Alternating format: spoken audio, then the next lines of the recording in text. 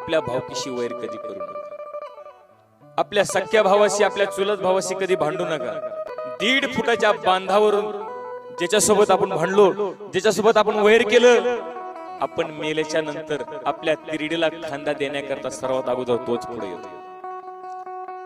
महिला मंडळ, शेजारीनबाईच्या अंगणातला कचरा उडून आपल्या अंगणामध्ये आला म्हणून आपण तिला किती शिव्या दिल्या, किती भांडलो तिच्याशी, पण आपण मेल्याच्या नंतर सर्वात अगोदर पाणी त्या शेजारीनबाईच्या डोळ्यात येतं। आपण त्या देशामध्ये जन्माला आलेले माणसं आहोत, ज्या देशामध्ये आपला वैरी जरी मेला ना तरी आपल्या डोळ्यामध्ये पाणी येतं।